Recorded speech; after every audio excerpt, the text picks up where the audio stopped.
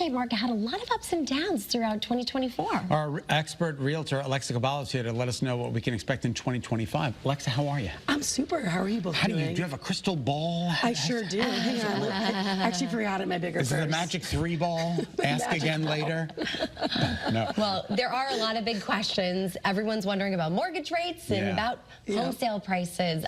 So let's start with mortgage rates. I saw like 6.7 the other day, 6.9. It's getting up there. Do you think it's going to go back down this year? Well, I hate to tell you guys, but I did just have a meeting with our National Association of Realtors chief economist, Dr. Lawrence Yoon. Literally just had a meeting with him on Friday giving us an update. So apparently all the top mortgage experts are projecting we probably can get closer to the lower 6s by Q4 of this year. Q4. But we're not going to be getting those percentages we had before, you guys. No, I was looking about 6 months ago, and I was like getting at a 5.1 for a 30-year. Which is pretty good right now. I think that's really good. Yeah, that's excellent. But I think everyone's comparing it to the pandemic or even just before where we were under 4%. Oh, yeah. I mean, my previous home was locked in like 2.75.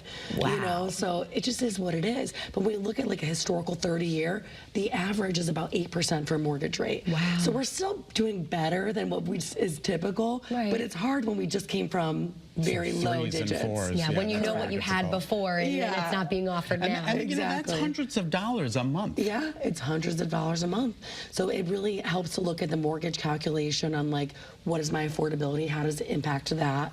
And, you know, working with a mortgage broker to do that, we can give you tables of what it costs you, you know, the cost of waiting sometimes too, because you never know what'll happen with the rates, even though we think they're going to go down. So, And are people typically more apt to shop for a house, you know, after the first of the year or the mid part of the year? We've talked about this before, where it's kind of a cycle where things always kind of taper down towards the end of the year, and after the new year, it's like my goal in 2025 is to buy a house, you know. Yeah, that's a good goal, though. It's a great goal. I mean, no matter what, home ownership is still such a great investment. Just a matter of you can actually lock it in. 100% home ownership, as opposed to renting.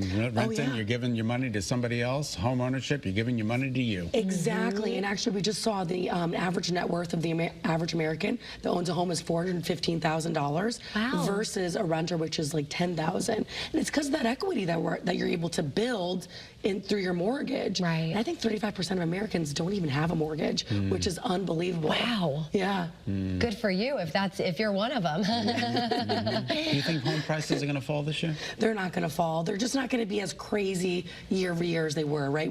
Sometimes we're up 15% year over year for the prices going up. Now we're at a more steady, like 8.8%, which we're trending much better than the rest of the nation. The rest of the nation is forecasted to go up about 2.8% year over year for pricing, you know, moving forward. So Connecticut, we're looking strong. Strong, steady Eddie, Connecticut. Strong, what did you say? Strong, steady Eddie? Steady Eddie. Steady Eddie, I love it.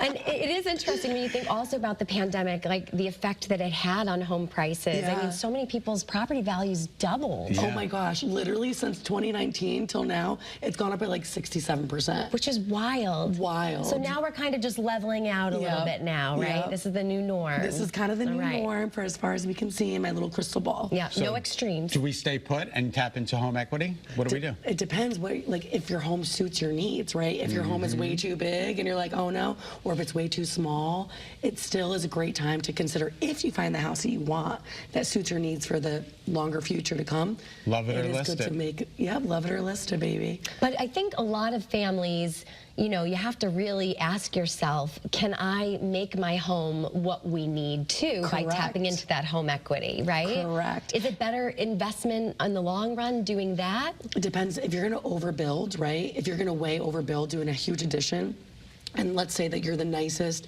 biggest house in the block, you may be better off taking that equity in your home and just putting it down to that level up neighborhood. So your investment is more protected. Okay, good advice there. I'd rather be the smallest house on the biggest block. See, that's how I like to roll. Smallest fish in the pond, big you know? fish, Big fish, small fish in a big pond. Yeah, exactly.